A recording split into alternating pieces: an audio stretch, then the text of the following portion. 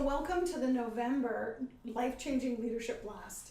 The topic for this month is Bound by Love. It's a topic that I love being able to explore.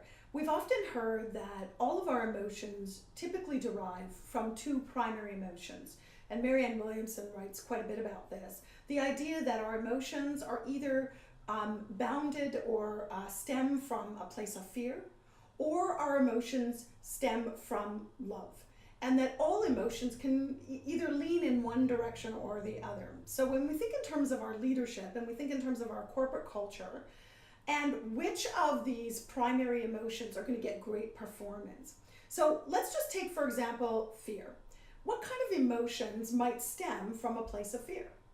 I'm thinking it might be things like anxiety, overwhelmment, excessive levels of stress, sometimes a feeling of lack of control.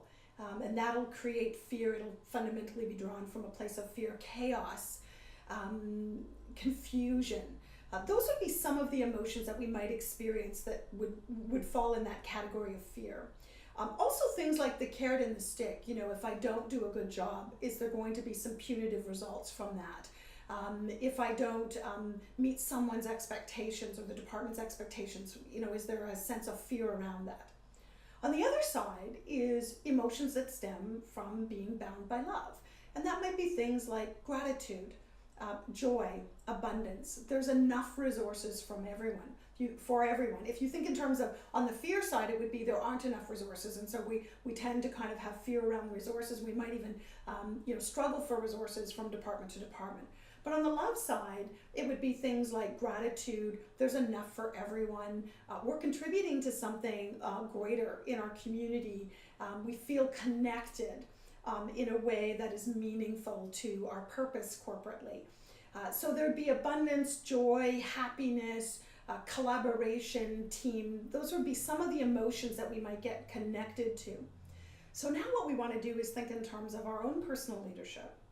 And we want to think in terms of what environment, what context do I create? Do I create an environment where it's those positive emotions stemming from love? Or am I creating an environment that is mostly bound from a place of fear?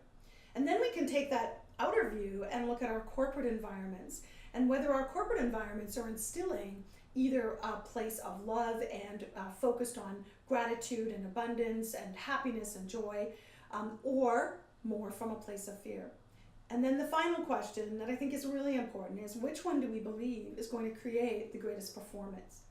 And it doesn't mean that we're always going to be in one camp or the other. We're going to move back and forth, but it's the predominant energy that is produced through these emotions. Gone are the days where we can tell people not to bring their emotions to work, not to bring their feelings to work.